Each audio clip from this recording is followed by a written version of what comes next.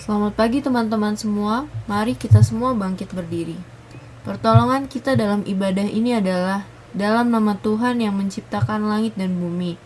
Kasih karunia dan damai sejahtera dari Allah Bapa dan Tuhan kita Yesus Kristus menyertai kita sekalian. Amin. Teman-teman dipersilakan untuk duduk kembali. Untuk memulai ibadah ini, mari kita memujikan sampai akhir hidupku.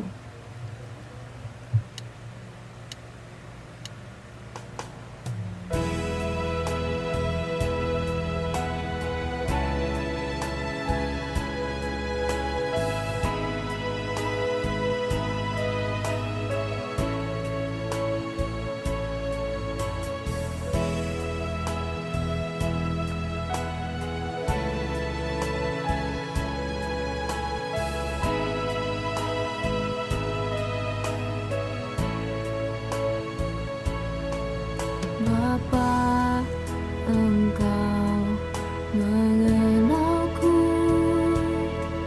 lebih dari siapapun. Engkau tahu ceritaku dan isi hatiku. Tak peduli masa lalu, Engkau tetap memilihku. Ubahkanku, sempurnakan, jadi karya yang indah. Kini aku percaya tiada yang mustahil bagimu. Kuasa-Mu kuatkanku, dasarku berharap. Kini aku berserah pada rancangan-Mu bagiku. Ku ikuti panggilan-Mu, ku kan setia sampai akhir hidupku. Kini aku percaya tiada yang mustahil bagimu. Kuasa-Mu kuatkanku, dasarku berharap. Kini aku berserah pada rancangan-Mu bagiku. Ku ikuti panggilan-Mu, ku kan setia sampai akhir hidup. Ku ikuti panggilan-Mu, ku kan setia sampai akhir hidupku.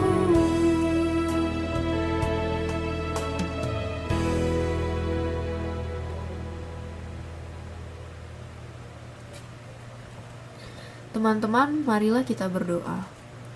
Tuhan, terima kasih karena sudah mengumpulkan kami di sini bersama-sama lagi, walau secara online. Sekarang kami mau memuji dan memuliakan nama-Mu. Berkatilah ibadah ini agar dapat berjalan dengan baik dari awal, pertengahan, hingga akhirnya. Ya Tuhan, terima kasih. Dalam nama Tuhan Yesus, kami telah berdoa. Amin. Teman-teman, marilah kita bangkit berdiri. Kita akan memujikan segala puji syukur sambil bertepuk tangan.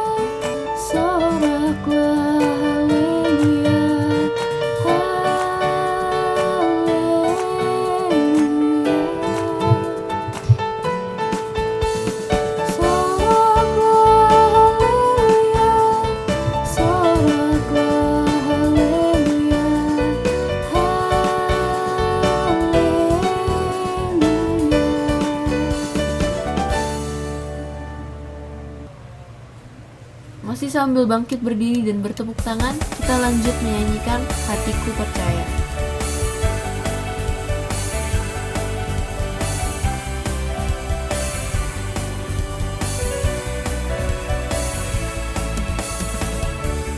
Tuhanlah kekuatan dan mazmurku, Dia gunung batu dan keselamatanku. Hanya padamu hatiku percaya, Kaulah menara dan kota perlindungan. Ku mau selalu bersyukur sebab cintamu padaku takkan pernah berubah. Hatiku percaya, walau bumi bergoncang, gunung-gunung beranjak, namun kasih setiamu tak pergi dariku.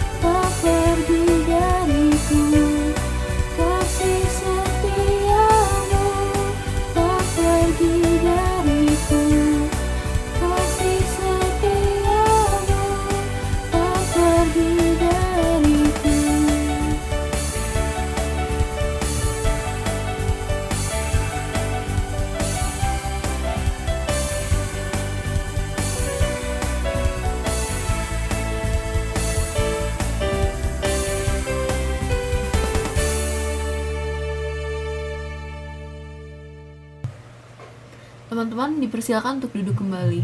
Untuk mempersiapkan firman Tuhan, mari kita memujikan bagaikan bejana.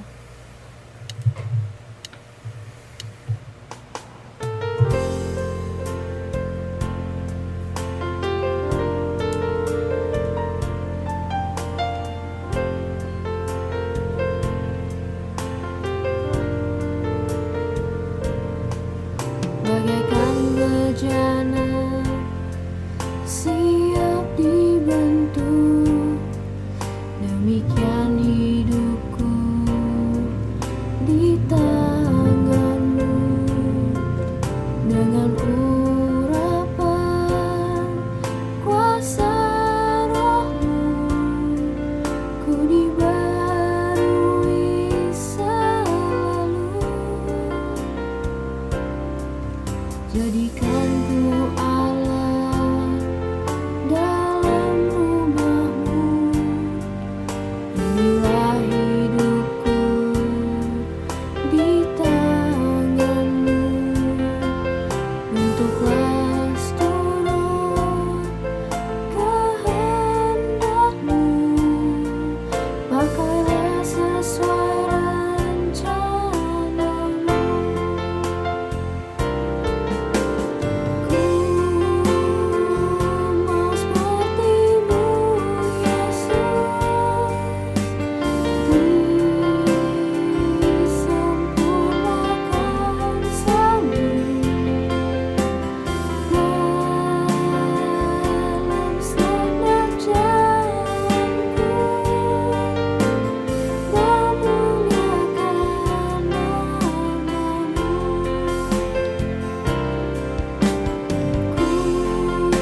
Ku mau seperti-Mu, Yesus,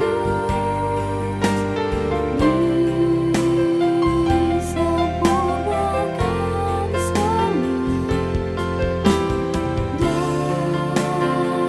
dalam setiap jalanku, memuliakan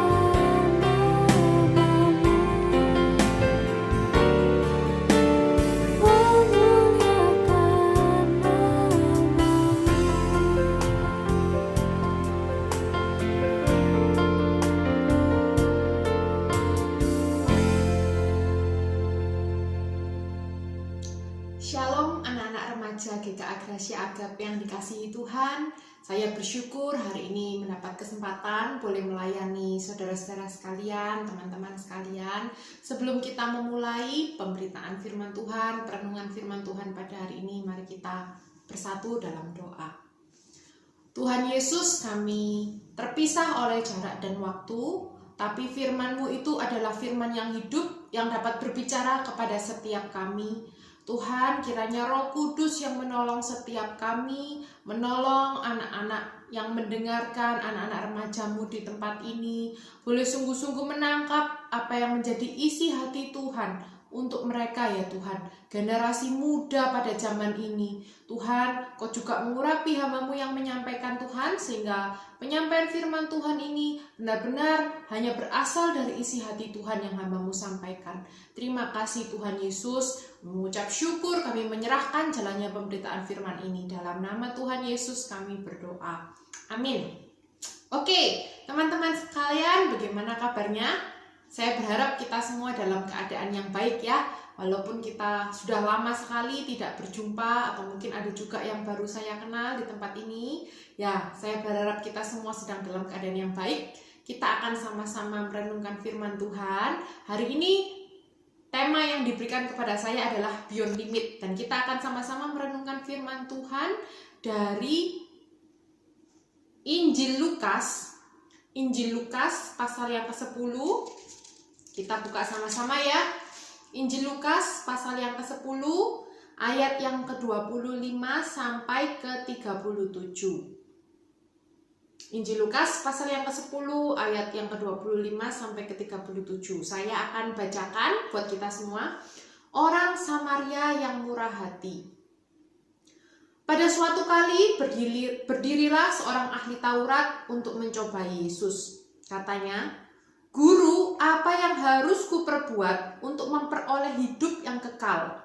Jawab Yesus kepadanya, "Apa yang tertulis dalam hukum Taurat? Apa yang kau baca di sana?" Jawab orang itu, "Kasihilah Tuhan Allahmu dengan segenap hatimu, dan dengan segenap jiwamu, dan dengan segenap kekuatanmu, dan dengan segenap akal budimu, dan kasihilah sesamamu manusia seperti dirimu sendiri." Kata Yesus kepadanya, "Jawabmu itu benar. Perbuatlah demikian, maka engkau akan hidup." Tetapi untuk membenarkan dirinya, orang itu berkata kepada Yesus, "Dan siapakah sesamaku manusia?" Jawab Yesus, "Adalah seorang yang turun dari Yerusalem ke Yeriko. Ia jatuh ke tangan penyamun-penyamun yang bukan saja merampoknya habis-habisan, tetapi juga memukulnya, dan setelah itu pergi meninggalkannya setengah mati. Kebetulan ada seorang imam turun melalui jalan itu. Ia melihat orang itu, tetapi ia melewatinya dari seberang jalan. Demikian juga seorang Lewi datang ke tempat itu. Ketika ia melihat orang itu, ia melewatinya dari seberang jalan. Lalu datanglah seorang Samaria yang sedang dalam perjalanan ke tempat itu, dan ketika ia melihat orang itu, tergeraklah hatinya oleh belas kasihan. Ia pergi kepadanya, lalu membalut luka-lukanya, setelah ia menyiramnya dengan minyak dan anggur. Kemudian ia menaikkan orang itu ke atas keledai tunggangannya sendiri, lalu membawanya ke tempat penginapan dan merawatnya. Keesokan harinya, ia menyerahkan 2 dinar kepada pemilik penginapan itu. Katanya, "Rawatlah dia, dan jika kau belanjakan lebih dari ini, aku akan menggantinya waktu aku kembali." Siapakah di antara ketiga orang ini menurut pendapatmu adalah sesama manusia dari orang yang jatuh ke tangan penyamun itu? Jawab orang itu, "Orang yang telah menunjukkan belas kasihan kepadanya." Kata Yesus kepadanya, "Pergilah dan perbuatlah demikian." Demikian jauh pembacaan firman Tuhan. Teman-teman sekalian, perikop yang kita baca tadi mengisahkan tentang seorang ahli Taurat yang datang kepada Tuhan Yesus, dan dituliskan di situ dengan sengaja memang mau mencobai Tuhan Yesus dengan bertanya. Dia bukan bertanya karena ingin tahu, apalagi ingin belajar. Dia bertanya untuk mencobai Tuhan Yesus. Dia bilang, "Guru, apa yang aku harus lakukan untuk mendapatkan hidup yang kekal? Apa yang harus kuperbuat untuk mendapat hidup yang kekal?" Ia bertanya untuk mencobai Tuhan Yesus. Tapi rupanya Tuhan Yesus itu memang ya pasti lebih pintar. Tuhan Yesus itu pastinya lebih berhikmat. Tuhan tahu apa yang menjadi motivasi orang ini. Makanya Tuhan menjawab dengan pertanyaan kembali ya. "Apakah yang ditulis dalam hukum Taurat? Apa yang kau baca di sana?" Tuhan Yesus bertanya kembali karena dia seorang ahli Taurat kan. Ditanya sama Tuhan, "Apa yang kamu baca di dalam hukum Taurat?" Orang itu menjawab, "Kasihilah Tuhan Allahmu dengan segenap hatimu, dengan segenap jiwamu, dengan segenap akal budimu, segenap kekuatanmu, dan kasihilah sesamamu manusia seperti dirimu sendiri." Teman-teman, dari sini kita bisa melihat sebenarnya ketika Tuhan Yesus itu melemparkan pertanyaan itu kembali ya, kita bisa melihat bahwa orang ini sebenarnya tahu kan jawabannya. Tuhan Yesus itu belum jawab apa-apa, tapi dia sudah katakan dia tahu jawabannya. Tuhan Yesus menjawab, "Benar, dan perbuatlah demikian." Teman-teman, mungkin kita bisa bayangin betapa malunya orang ini ya. Dia datang untuk mencobai Tuhan dengan pertanyaannya, tapi ujung-ujungnya dia jawab pertanyaannya sendiri. Dan malah Tuhan itu berkata, "Iya memang benar, kamu tahu, tapi kamu belum lakukan. Lakukanlah itu." Betapa malunya. Makanya untuk membenarkan dirinya dia bertanya lagi, "Siapakah sesamaku manusia?" Jadi 2 kali dia bertanya pada Tuhan ya. Yang pertama tujuannya untuk mencobai. Yang kedua, karena dia sudah terlanjur malu, sudah terlanjur ketahuan keburukannya, dia mencoba membenarkan diri dengan bertanya, "Siapakah sesamaku manusia?" Teman-teman, menurut teman-teman untuk pertanyaan kedua ini sebenarnya dia tahu jawabannya juga atau enggak? Nah, nanti kita lihat ya.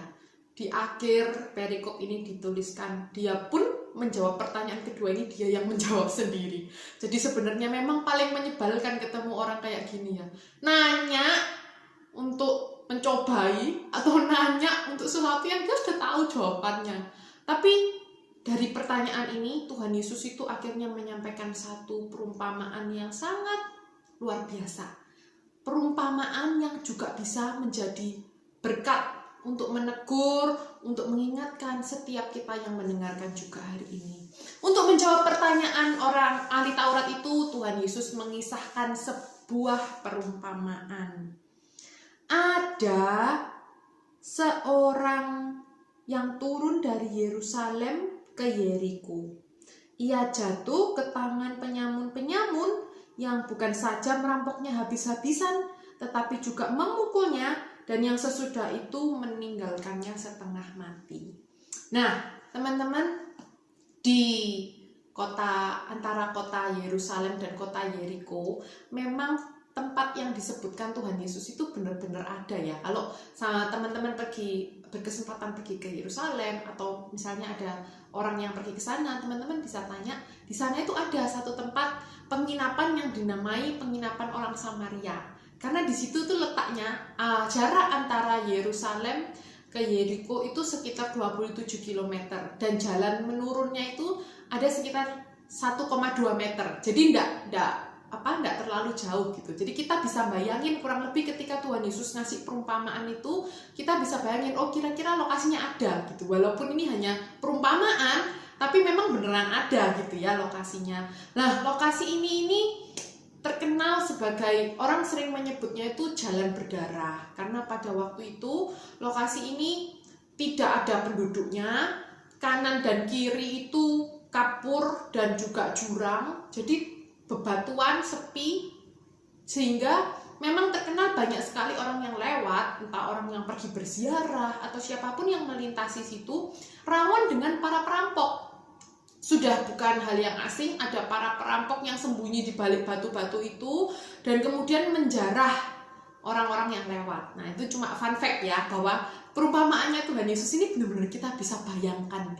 Mereka yang mendengarkan saat itu juga bisa membayangkan, oh kira-kira seperti itu. Ada orang yang lewat, turun dari Yerusalem ke Yeriko, dan di tengah jalan ada para perampok yang merampoknya bukan cuma mengambil barangnya, memukul sampai setengah mati. Teman-teman, memang tidak disebutkan siapa orang ini, korban ini ya, nggak diceritakan lebih lanjut karena memang bukan dia tokoh utamanya. Tokoh utamanya adalah siapa yang datang setelah itu. Waktu orang ini ditinggalkan dalam keadaan setengah mati, mungkin kita bisa membayangkan keadaannya, dia benar-benar mengharapkan pertolongan. Namanya setengah mati, dia masih punya harapan kan? Dia masih punya harapan untuk hidup. Dia membutuhkan pertolongan dan dia sangat menaruh pengharapannya kepada siapapun yang lewat. Pernah enggak teman-teman berada di dalam keadaan yang seperti itu? Keadaan dimana kita ini benar-benar terjepit, bahkan orang ini antara hidup dan mati gitu ya, tentu sangat mengharapkan pertolongan dari orang lain. Tentu sangat mengharapkan siapapun bisa menolong gitu ya. Mungkin itu juga yang dirasakan oleh orang yang dirampok ini, korban ini gitu. Dan setelah itu Tuhan Yesus melanjutkan, kebetulan ada seorang imam yang turun melalui jalan itu. Wah, ini kebetulan yang luar biasa. Para pendengar waktu itu mendengarkan dengan semangat karena wah, ini dia, the heroes come gitu ya. Orang yang benar-benar mereka anggap sebagai orang yang religius, pemimpin mereka datang. Ada orang yang membutuhkan, ada imam yang lewat. Wah, what a great coincidence ya. Gimana mereka nggak seneng, ini pasti nih dibantu ini. Pasti ini imam-imam ini menunjukkan pertolongan, memberikan pertolongan. Tapi waktu Tuhan Yesus melanjutkan, Tuhan Yesus bilang, ia melihat orang itu, lalu ia melaluinya. Wow, ini satu hal yang mengejutkan buat para pendengar. Ada orang yang membutuhkan, yang sangat mengharapkan pertolongan. Ada imam yang lewat, tapi imam itu hanya melihat orang itu, lalu melewatinya. Why? Kenapa dia tidak menolong? Kenapa dia tidak membantu? Tuhan Yesus melanjutkan, lalu ada seorang Lewi yang lewat. Another religious person. Ya, dia juga orang yang melayani Tuhan. Tentunya mereka bertanya, apakah orang Lewi akan menolong? Tapi tidak. Lagi-lagi Tuhan bilang, orang Lewi itu melihat dia, lalu melewatinya dari seberang jalan. Teman-teman, ini sebuah hal yang sangat membingungkan bagi para pendengar. Kenapa? Sudah 2 orang yang melihat keadaan orang yang sangat membutuhkan ini, tapi mereka pergi begitu saja. Mungkin beberapa orang berpendapat gini ya, oh mungkin itu imam dan juga orang Lewi itu takut, karena kalau misalnya mereka menyentuh, kan dalam hukum agama mereka tidak boleh menyentuh mayat gitu ya. Kalau mereka menyentuh mayat, maka mereka tidak bisa melakukan pelayanan di rumah Tuhan karena mereka dianggap najis seperti itu. Jadi mungkin ada orang yang berpendapat, oh mungkin mereka tidak menolong karena mereka takut menajiskan dirinya, karena mereka mau melayani Tuhan. Tapi sayangnya bukan seperti itu, teman-teman. Kalau kita lihat di sini jelas-jelas dituliskan bahwa imam itu turun dari Yerusalem ke Yeriko. Bukan dia sedang pergi menuju Yerusalem. Kalau dia mau pergi menuju Yerusalem, mungkin dia lagi mau melayani Tuhan gitu ya. Meskipun itu sebenarnya juga bukan alasan. Tapi jelas-jelas dikatakan bahwa dia itu dari Yerusalem ke Yeriko. Dia tidak sedang pergi untuk melayani Tuhan. Jadi mengapa? Mengapa mereka tidak membantu? Mengapa mereka tidak menolong? Teman-teman, kita bandingkan dengan orang selanjutnya. Nanti teman-teman akan menemukan jawaban mengapa mereka tidak menolong. Kita bandingkan dengan orang ketiga yang dihadirkan Tuhan Yesus di kisah ini. Tuhan bilang, lalu datanglah seorang Samaria yang sedang dalam perjalanan ke tempat itu. Dan ketika ia melihat orang itu, apa? Tergeraklah hatinya oleh belas kasihan. Waktu dia melihat someone in need, hatinya langsung tergerak oleh belas kasihan. Aku harus menolong dia. Mungkin aku satu-satunya harapan. Saudara-saudara, teman-teman, apa yang dia lakukan? Dia pergi kepadanya. Dia menyirami lukanya dengan anggur dan minyak. Dia membebat lukanya. Cukup sampai di situ? Belum. Setelah dia mengobati lukanya, dia menggendong orang itu, menaikkan ke atas keledainya sendiri, yang artinya sekarang dia harus berjalan kaki, bukan? Karena keledai yang tadi dia tunggangi sudah dinaiki oleh orang yang terluka ini. Dia berjalan di samping menuntun orang ini mencari penginapan. Setelah dia menemukan penginapan yang terdekat, dia meninggalkan orang itu di sana. Gitu ceritanya ya? Tidak, belum sampai di situ. Setelah dia sampai ke penginapan, dia merawat orang ini semalaman. Kemudian esok harinya dia berkata kepada pemilik penginapan itu, dia memberikan 2 dinar dan dia bilang, nanti kalau saya pulang, saya akan mampir ke sini lagi. Nanti kalau kamu mengeluarkan biaya lebih daripada uang ini, saya akan menggantinya. Teman-teman, kita lihat apa yang dia lakukan ini extra help ya. Benar-benar dia tuh bukan membantu yang cuman sekadarnya. Kalau kita lihat orang ini, mungkin sebenarnya dia dalam perjalanan ke satu tempat ya, karena dia bilang nanti dia mau kembali lagi gitu. Jadi mungkin dia punya rencana sebenarnya untuk do something.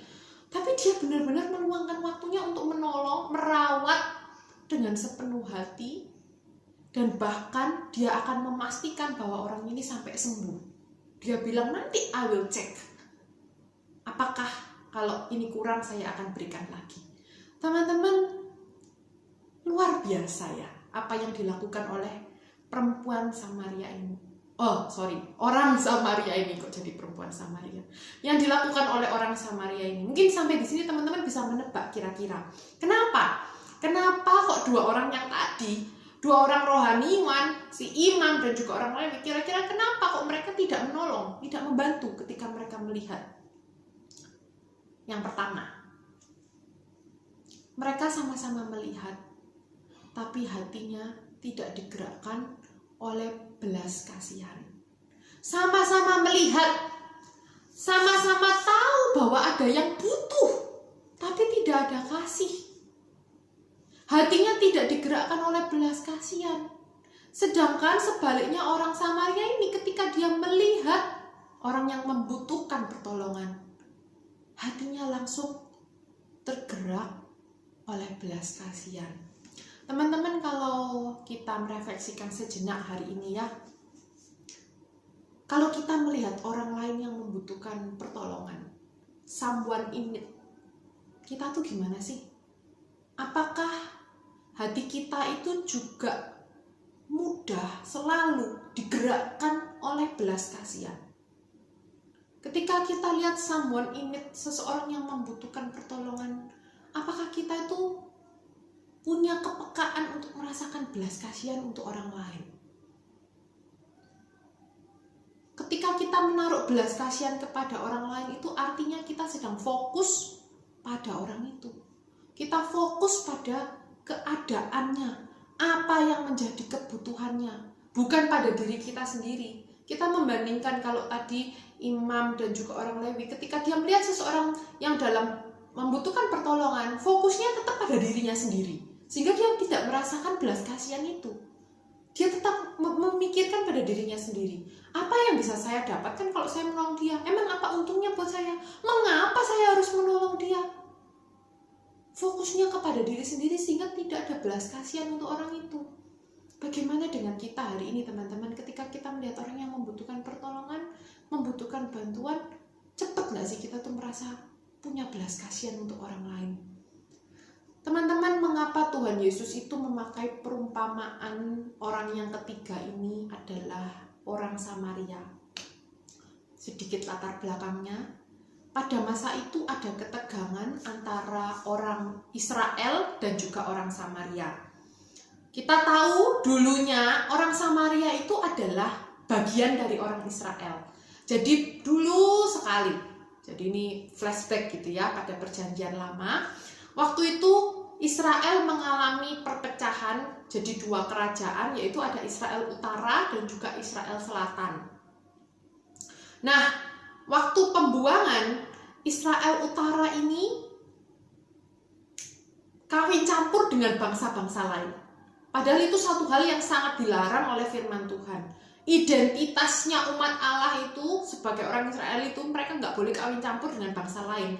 Tapi Israel Utara ini mereka kawin campur dengan bangsa lain, mereka terpencar kemana-mana sehingga tidak pernah kembali lagi sebagai bangsa Israel. Mereka kawin campur dengan bangsa A, B, C, dan maka juga lahirlah satu bangsa namanya Samaria. Samaria ini adalah campuran antara orang Israel dan juga bangsa lain.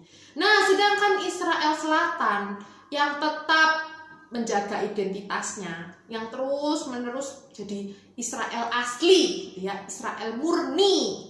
Nah, itu yang sekarang orang-orang Yahudi yang kita kenal namanya orang-orang Yahudi ini. Nah, jadi orang Yahudi ini sangat tidak suka kepada orang Samaria. Orang Yahudi menganggap orang Samaria ini sangat mereka sangat benci ya. Mereka benar-benar memandang sebelah mata.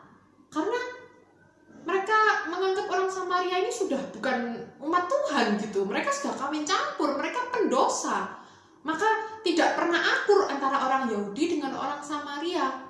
Kalau kita lihat di kisah di mana Tuhan Yesus itu berbicara dengan seorang perempuan Samaria waktu di sumur, makanya kenapa perempuan Samaria ini heran. Karena seharusnya orang Yahudi nggak mungkin ngajak ngomong orang Samaria gitu ya. Mereka tidak akur satu sama lain. Waktu Tuhan Yesus ngajak ngomong perempuan Samaria ini, dia sungguh-sungguh terkejut karena itu bukan satu hal yang umum atau bisa dibilang mustahil dilakukan orang Yahudi seperti itu. Nah, makanya ketika Tuhan kasih perumpamaan tentang orang Samaria ini, itu satu hal yang sangat menohok bagi orang-orang yang mendengarkan saat itu, terutama orang-orang Yahudi ya. Bagaimana mungkin imam orang Lewi pergi melewatkan begitu saja, tapi seorang Samaria ini yang malah menolong. Teman-teman, di sini Tuhan Yesus itu mau menunjukkan satu hal. Tuhan Yesus itu menunjukkan bahwa yang dimaksud dengan sesamamu manusia itu tidak dibatasi oleh ras, oleh status sosial, oleh standar-standar dunia lainnya. Karena bagi orang Yahudi pada waktu itu yang dimaksud dengan sesamamu manusia adalah ya sesama kaum mereka. Oh, mereka hanya bergaul dengan orang-orang yang terpandang, orang-orang yang religius. Mereka tidak bergaul dengan para pendosa. Mereka tidak bergaul dengan orang-orang dari ras lain. Ini yang sedang Tuhan Yesus katakan. Sesamamu manusia itu bukan bicara tentang siapa yang kamu rasa mereka pantas dikasihi. Siapa yang kamu rasa mereka pantas mendapatkan kasihmu. Hanya orang-orang dekat, hanya orang-orang yang layak. Kamu merasa mereka layak, bukan itu. Teman-teman, bukankah Tuhan Yesus juga menunjukkan hal ini? Ketika Tuhan Yesus melihat orang yang membutuhkan. Bukan hanya membutuhkan secara fisik, tapi membutuhkan secara rohani. Hati Tuhan itu selalu digerakkan oleh belas kasihan. Waktu dia melihat orang yang datang kepada dia dengan segala sakit penyakit, dengan segala kesulitan hidup, selalu dibilang hatinya digerakkan oleh belas kasihan. Tuhan tidak pernah melihat siapa yang pantas dikasihi dan tidak. Tuhan tidak pernah lihat status sosialnya, Tuhan tidak pernah lihat latar belakangnya. Tuhan melihat orang ini memerlukan pertolongan. Bahkan juga orang-orang yang memerlukan pertolongan secara rohani, yang hampir mati, yang setengah mati secara rohani. Para pendosa. Ketika para pendosa datang kepada Tuhan Yesus, pernahkah Tuhan Yesus menolak mereka? Tidak. Tuhan Yesus selalu memandang mereka dengan kasih. Tuhan tidak membenarkan dosanya. Tuhan benci dosanya. Tapi Tuhan tidak pernah menolak orang yang datang, meskipun ia berdosa. Tuhan mengasihi, teman-teman. Hari ini mungkin kita bisa berefleksi sejenak. Kepada siapa sih kita ini selama ini menunjukkan kasih kita? Ketika kita mudah berbelas kasihan pada orang lain, kepada siapa? Apa hanya kepada keluarga kita? Apa hanya kepada teman yang dekat dengan kita? Apakah hanya kepada orang-orang yang kita anggap layak untuk kita kasihi, pantas untuk kita kasihi? Apakah kita fokus pada diri kita sendiri sehingga kita hanya memikirkan kalau aku mengasihi dia, apa yang menjadi keuntungan buat aku? Kalau aku mengasihi dia, apa yang menjadi imbalan untuk aku? Bagaimana teman-teman? Sayangnya di dalam kehidupan orang Kristen banyak orang yang melakukan ini. Mungkin lebih mudah kita itu menunjukkan belas kasihan kepada orang yang membutuhkan secara fisik gitu ya. Mungkin gereja melayani orang-orang yang minta-minta di pinggir jalan, kita bagi-bagi nasi bungkus, atau misalnya melayani orang-orang yang homeless, kita melayani juga anak-anak di panti asuhan. Ketika melihat orang yang membutuhkan secara fisik, kita lebih mudah tergerak hatinya oleh belas kasihan. Tapi sebaliknya, bagaimana dengan orang-orang yang membutuhkan belas kasihan kita karena dia hampir mati secara rohani? Apa hati kita juga digerakkan oleh belas kasihan? Kebanyakan orang Kristen itu alergi dengan orang yang berdosa. Maafkan harus pakai kata alergi. Alergi dalam arti memandang remeh, memandang rendah, menghakimi orang-orang yang berdosa. Teman-teman, ini bukanlah yang Tuhan Yesus lakukan. Tuhan Yesus itu memang membenci dosa, tapi dia tidak pernah menolak para pendosa. Bahkan, bukankah kita semua ini juga adalah para pendosa yang merasakan kasih-Nya Tuhan? Bukankah kita ini para pendosa yang waktu kita benar-benar helpless dengan diri kita sendiri, Tuhan itu datang dengan kasih. Mengapa sekarang kalau kita melihat orang yang sedang dalam pergumulan, orang yang sedang bergumul dengan dosa, mengapa kita mudah menghakimi? Kalau kita menjadi Kristen dan itu membuat kita semakin mudah menghakimi, maka sesungguhnya kita itu bukan menjadi pengikut Kristus. Kita menjadi pengikut agama, tapi kita tidak menjadi pengikut Kristus. Karena Tuhan tidak pernah melakukan itu. Tuhan selalu berbelas kasihan kepada semua orang, kepada semua yang membutuhkan, baik secara fisik maupun secara rohani. Teman-teman, kita mengenal ada banyak sekali tokoh-tokoh yang terkenal yang menunjukkan belas kasihan kepada orang-orang yang membutuhkan. Let's say Mother Teresa, pasti kita sudah sering mendengar cerita, kisah tentang Mother Teresa. Dia pergi ke India untuk melayani, hatinya tergerak oleh belas kasihan. Dia melayani orang-orang yang sakit, orang-orang yang miskin, orang-orang yang terkucilkan di India. Ada juga Bill Gates yang melayani orang-orang di Papua. Atau ada banyak tokoh-tokoh lainnya yang kita sudah sering dengar. Tapi bagaimana dengan kita pada generasi ini? Teman-teman semua di sini, anak-anak muda, apakah kita ini juga ada di antara kita orang-orang yang memiliki belas kasihan kepada orang lain? Ketika memandang orang yang membutuhkan, hati kita ini cepat digerakkan oleh belas kasihan, bukan keegoisan. Teman-teman, mari kita memandang sekitar kita dan melihat kebutuhan apa yang sedang terjadi di sekeliling kita hari-hari ini. Hari-hari ini banyak sekali orang yang sedang mengalami kesulitan. Kalau kita merasa, aduh saya ini sulit, harus mungkin belajar dari rumah, kuliah dari rumah, bosan, gak bisa pergi, sudah sulit gitu ya. Kita harus melihat bahwa sebenarnya ada lebih banyak orang lagi yang membutuhkan pertolongan. Bukan sekadar bosan, tapi mereka kehilangan pekerjaannya, mereka kesulitan untuk cari makan, mereka kesulitan untuk cari obat, mereka kesulitan untuk membiayai biaya-biaya hidup mereka. Teman-teman, apakah kita digerakkan oleh belas kasihan? Mari kita minta kepada Tuhan untuk memberikan kepada kita hati seperti Kristus. Ketika melihat orang lain yang membutuhkan, cepat digerakkan oleh belas kasihan. Teman-teman, yang kedua, kita juga perlu melihat orang-orang di sekitar kita yang membutuhkan pertolongan dalam hal kerohanian. Mungkin ada di antara teman-teman kita yang kita merasa orang ini aneh gitu ya. Orang ini freak kita bilang. Orang ini antik. Tapi bisa nggak kita melihat jauh lebih dari itu? Orang ini membutuhkan pertolongan. Mungkin ada masalah dalam keluarganya yang membuat dia seperti itu. Mungkin ada masa lalunya dia yang membuat dia seperti itu. Mereka adalah orang-orang yang memerlukan pertolongan. Apakah hati kita ini digerakkan oleh belas kasihan? Ketika melihat teman kita yang tidak punya teman, ketika melihat teman kita yang unik-unik itu tadi, hati kita tuh digerakkan oleh belas kasihan atau oleh penghakiman? Apakah kita cepat menghakimi, oh dia begini, dia begitu?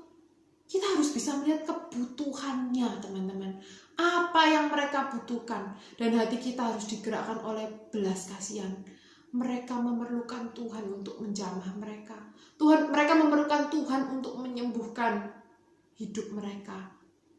Teman-teman, berhenti untuk mengasihi hanya orang yang kita anggap pantas untuk dikasihi. Berhenti hanya mengasihi orang yang dekat, orang yang kita senang. Mulailah belajar bahwa sesamamu manusia itu tidak dibatasi oleh suku, ras, tidak dibatasi oleh posisi tertentu. Siapapun yang membutuhkan, Tuhan mau hati kita dipenuhi dengan belas kasihan untuk mereka. Yang kedua teman-teman, alasan mengapa imam dan juga orang Lewi ini tidak menolong. You see teman-teman, ketika orang Samaria ini menolong, ada harga yang harus dibayar. Ada pengorbanan yang harus dilakukan. Dan orang Lewi juga si imam ini tidak siap untuk membayar harganya. Karena pada waktu itu kan adatnya adalah kalau misalnya mereka menyentuh orang yang mati, kalau sampai orang ini mati ya, ada hukum agama yang berlaku, maka mereka itu najis gitu. Mereka harus menunggu beberapa waktu untuk mentahirkan diri. Jadi ada harga yang harus dibayar gitu loh. Kalau mau nolong orang, kamu berbelas kasihan sama orang, kamu mau help, pasti ada pengorbanannya. Kalau kita lihat orang Samaria, pengorbanan apa yang dia berikan? Banyak. Dia memberikan waktunya. Harusnya dia pergi ke satu tempat, tapi dia menunda 1 hari karena dia harus merawat orang yang sakit ini. Dia memberikan tenaganya untuk membebat lukanya, menggendong, menuntun, merawat semalaman. Dia memberikan uangnya juga untuk biaya pengobatan orang ini. Pengorbanan. Teman-teman, belas kasihan itu pasti menghasilkan tindakan kasih yang butuh pengorbanan. Ada harga yang harus dibayar. Kalau sekadar cuma kasihan, ngomong kasihan teman-teman, semua orang bisa melakukan. Kasihan ya. Tapi itu bukan kasih yang sesungguhnya. Itu cuma omong kosong karena tidak ada kasih tanpa pengorbanan. Saya ulangi ya, tidak ada kasih tanpa pengorbanan. Kalau kamu mengasihi, kamu akan terdorong untuk melakukan extra mile kayak yang dilakukan oleh orang Samaria ini. Karena dia mengasihi, karena hatinya digerakkan oleh belas kasihan. Dia melakukan itu dengan extra help seperti itu. Nah teman-teman, kalau kita sendiri merefleksikan di dalam hidup kita, mungkin gampang kita tuh bilang kasihan sama orang. Oh ya, hatiku tergerak oleh belas kasihan. Tapi kalau kalian hanya sampai di situ, hanya sampai oh ya kasihan, itu belum kasih yang sesungguhnya. Karena kasih yang sesungguhnya pasti menggerakkan dirimu untuk melakukan sesuatu. Kalau kamu berjalan melihat ada homeless, orang yang membutuhkan, orang yang tidur di jalan, kamu merasa kasihan. Kamu benar-benar punya kasih dalam dirimu. Pasti you will do something. Pasti kamu akan melakukan sesuatu. Entah mengeluarkan uangmu, entah mendoakan, kamu pasti akan melakukan sesuatu. Kalau kita mendengar hari ini mungkin ada teman kita yang sakit, kita hatinya digerakkan oleh belas kasihan. Pasti ada pengorbanan yang kita berikan. Kita mengorbankan waktu kita untuk memperhatikan dia. Bahkan mungkin kita juga melakukan sesuatu, memberi dia sesuatu. Teman-teman, itu baru namanya belas kasihan. Kalau kita melihat teman kita yang membutuhkan secara kerohanian, benar-benar membutuhkan Kristus, dia merasa hopeless dengan dirinya, dia merasa rendah diri dan sebagai-bagai yang lainnya, dan hatimu digerakkan oleh belas kasihan, you will do something. Kamu akan menolong, kamu akan menemani, kamu akan meluangkan waktumu. Waktu yang mungkin seharusnya bisa untuk me time, waktu yang mungkin seharusnya bisa untuk nonton Netflix, bisa untuk hahaha, tapi kamu luangkan untuk mendengarkan mereka, mendengarkan curhatan mereka, just to be there for them. Teman-teman, ini tidak mudah. Kalau orang hatinya digerakkan oleh belas kasihan yang sungguh-sungguh, pasti ada harga yang harus dibayar. Pasti ada pengorbanan, karena tidak ada kasih tanpa pengorbanan. Apakah kita siap? Apakah kita siap, anak-anak remaja yang dikasihi Tuhan? Kalau kamu menaruh belas kasihan kepada orang lain, apakah kamu siap? Teman-teman, suatu hari beberapa tahun yang lalu saya pergi ke Lombok. Saya pergi ke Lombok waktu ada gempa yang terjadi di Lombok beberapa tahun yang lalu ya, yang gempa sangat besar. Saya pergi ke sana melihat keadaan begitu hancur di mana-mana. Kemudian waktu saya berjalan, saya melihat ada seorang, saya dan beberapa teman gitu ya, melihat ada seorang nenek yang tergeletak di jalan. Homeless, dia sudah tidak punya keluarga, tentunya tidak punya tempat tinggal karena waktu itu semua tempat hancur berantakan. Dan teman-teman, apa yang terjadi waktu kami mendekat mau menolong dia. Ini pertama kalinya dalam hidup saya merasakan kuasa kasih itu begitu luar biasa. Kalau saya ingat-ingat itu, bagaimana mungkin saya melakukannya? Kalau hati kita dipenuhi dengan kasih, waktu kita melihat, teman-teman, waktu saya mendekat, maaf ya, di sekitarnya dia tuh, dia tidak bisa jalan, kakinya terluka, di sekitarnya dia tuh banyak kotoran, bener-bener dia buang air kecil besar di situ, bener-bener, aduh, saya belum pernah lihat orang yang keadaannya seperti itu, teman-teman. Di rambutnya itu semua kutu. Tapi waktu itu saya melihat, kalau hati kita itu digerakkan oleh kasih Tuhan, kita tahu dia ini membutuhkan. Mungkin saya satu-satunya yang bisa menolong. Karena saya percaya, teman-teman, ketika Tuhan mempertemukan kita, mempertemukan saya, mempertemukan kalian dengan orang yang membutuhkan, itu juga ada rencana Tuhan di situ. Tuhan mau kita yang menunjukkan belas kasihan kepada mereka. Waktu itu saya dan beberapa teman, kami merawat, menolong, memberikan tenda waktu itu untuk dia. Waktu itu karena nggak bisa mandi ya, jadi menyeka tubuhnya, kasih baju yang baru, kami gunting rambutnya. Kalau saya ingat-ingat waktu itu, saya tahu itu hanya Tuhan yang bisa memberikan kasih yang seperti itu, teman-teman. Karena kalau dipikir-pikir, saya juga manusia gitu ya, saya juga bisa merasakan, aduh, saya tidak pernah terpikir bahwa saya akan melakukannya. Tapi ketika hati digerakkan oleh belas kasihan, pasti ada pengorbanan, pasti ada harga yang harus dibayar. Teman-teman, dalam akhir kisahnya, Tuhan Yesus itu kembali melemparkan pertanyaan kepada ahli Taurat ini. Siapakah di antara ketiga orang ini, menurut pendapatmu, adalah sesamamu manusia? Ahli Taurat ini menjawab, dia bukan menjawab gini, yang ketiga Tuhan, bukan. Dia bukan jawab, yang Samaria Tuhan, bukan. Dia bilang apa? Yang menunjukkan belas kasihan kepadanya. Orang ini sebenarnya juga tahu jawabannya. Masalahnya itu bukan sebenarnya dia tidak tahu kebenaran. Masalahnya itu bukan kebenarannya kurang jelas, tapi masalahnya adalah tidak ada kasih. Sehingga sekalipun ia tahu apa yang benar, ia tidak melakukannya karena tidak ada kasih. Maka Tuhan sekali lagi berkata, pergilah, perbuatlah demikian. Teman-teman, hari ini mungkin banyak dari antara kita itu sudah menjadi Kristen sejak lahir. Kita sudah tahu firman Tuhan, kita harus mengasihi sesama kita manusia. Tapi apakah benar kasih itu ada di dalam diri kita, sehingga kita bisa mengasihi ekstra, beyond limit, tidak dibatasi oleh siapakah yang akan kita tolong, karena hanya hati kita ini digerakkan oleh belas kasihan. Dan apakah kita ini siap untuk melakukan sesuatu itu dengan pengorbanan? Ada harga yang harus dibayar. Jangan-jangan kita juga tahu teorinya, kita tahu kita harus seperti apa, tapi ternyata kita juga belum melakukan.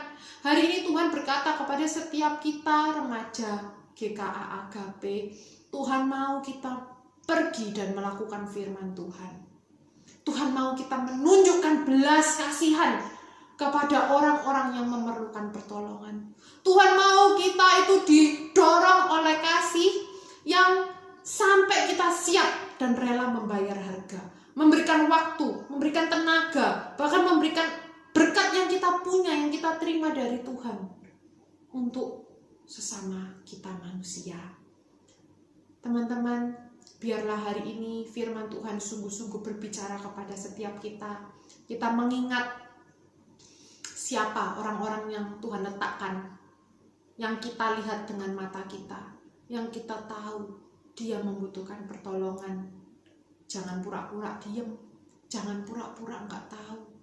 minta Tuhan berikan saya hati yang penuh belas kasihan, hati yang digerakkan oleh kasih, sehingga saya bisa do beyond limit, saya bisa melakukan itu ekstra. Ketika saya menolong orang yang memerlukan, saya sungguh-sungguh melakukannya dengan yang terbaik. Mari kita sama-sama berdoa. Tuhan Yesus, hari ini firman-Mu mengajarkan kepada setiap kami ya Tuhan. Sebagai anak-anak yang telah ditebus menerima kasih Tuhan, kami dipanggil untuk mengasihi orang-orang lain tanpa membeda-bedakan status, tanpa membeda-bedakan keadaan sosial, suku, ras, dan lain-lainnya. Hanya digerakkan oleh kasih Tuhan di dalam hidup kami, sehingga ketika kami melihat orang yang membutuhkan pertolongan, kami mudah digerakkan oleh belas kasihan. Kami rela ya Tuhan dan siap untuk membayar harga dalam mengasihi, untuk mengorbankan apa yang kami miliki ya Tuhan, karena kami mengasihi mereka. Tuhan, biarlah ada di antara kami yang juga nantinya akan dikenang seperti Mother Teresa, seperti misionaris-misionaris lainnya. Kami ini sebagai generasi muda, kami juga hidup penuh dengan kasih Tuhan, sehingga dunia melihat Allah di dalam hidup kami. Ketika kami hidup didorong oleh kasih, melakukan kasih, mengasihi yang terbaik yang kami bisa, dunia melihat Allah di dalam hidup kami. Tolong kami ya Tuhan untuk melakukan firman-Mu pada hari ini. Terima kasih ya Tuhan, hamba-Mu telah selesai berbicara. Kiranya Tuhan yang juga menolong untuk setiap remaja di tempat ini boleh mengingat dan melakukan. Firman ini bukan hanya untuk A, B, dan C, tapi untuk kami, untuk setiap kami ya Tuhan. Dan kami mau melakukannya. Terima kasih Tuhan Yesus. Dalam nama Tuhan Yesus kami berdoa. Amin. Untuk meresponi firman Tuhan, mari kita menyanyikan Bagaikan Bejana sekali lagi.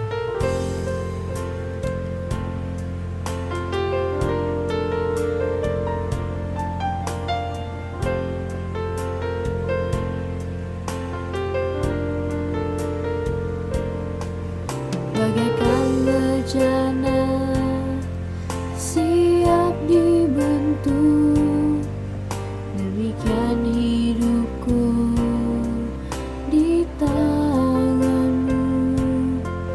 Dengan urapan kuasa Roh-Mu, ku dibaharui selalu. Jadikan ku Allah dalam rumah-Mu, inilah hidupku di tangan-Mu. Bentuklah seluruh kehendak-Mu, pakailah sesuai rencana-Mu. Ku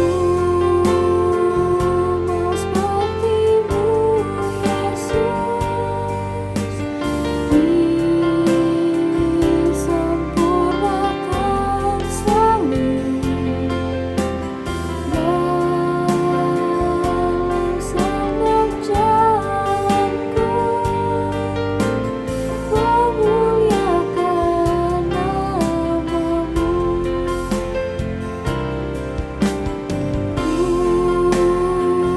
Mau seperti-Mu, Yesus,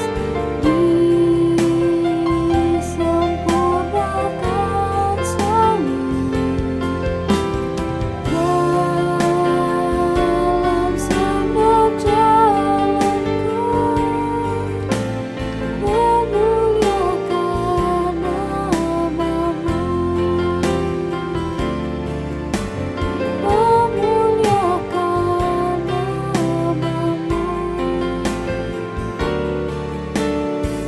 memuliakan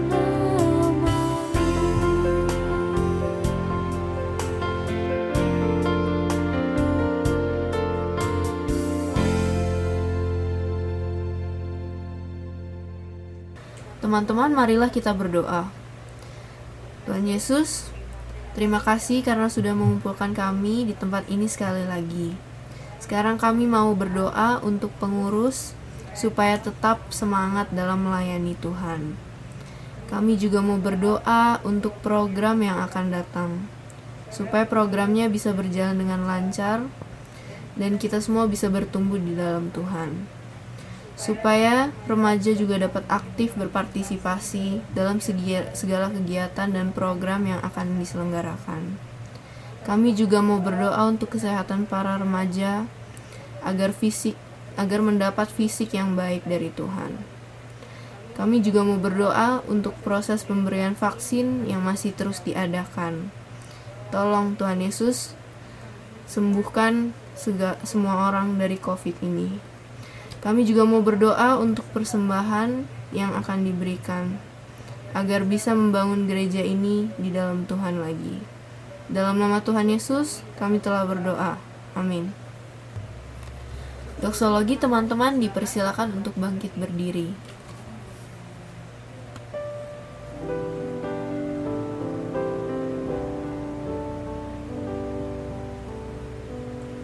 Puji Allah Bapa Putra, puji Allah Roh Kudus, ketiganya yang esa. Pohon selamat sumber berkat.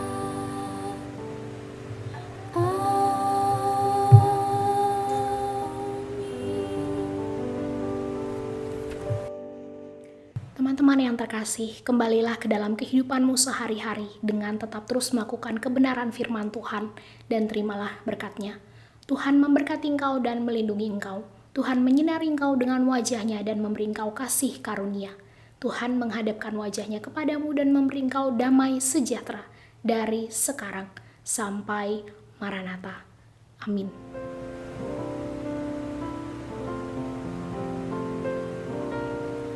Bapa, terima kasih. Bapa, terima kasih. Bapa di dalam surga, puji terima kasih.